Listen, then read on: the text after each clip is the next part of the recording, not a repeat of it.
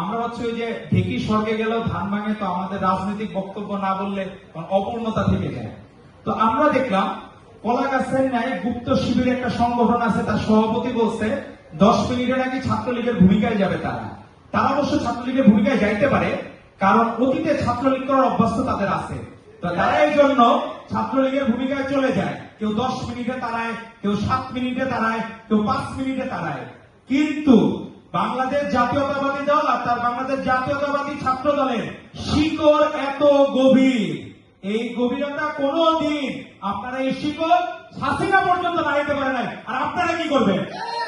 এই কোনদিন হাসিনা এত চেষ্টা করছে, দলের মধ্যে ন্যূনতম ভাঙন হয়েছে, ছাত্র দলের একটা ক্ষুদ্র কর্মীও কোনদিন লিক করে নাই, কোনদিন আপোষ করে নাই।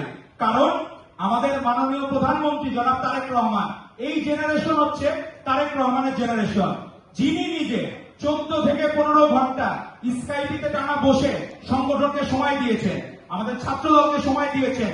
এই ছাত্র দল যে এত ওয়েল অর্গানাইজড এবং মানুষের মন জয় করতেছে, এজন্যই বাকিদের এখন মন খারাপ।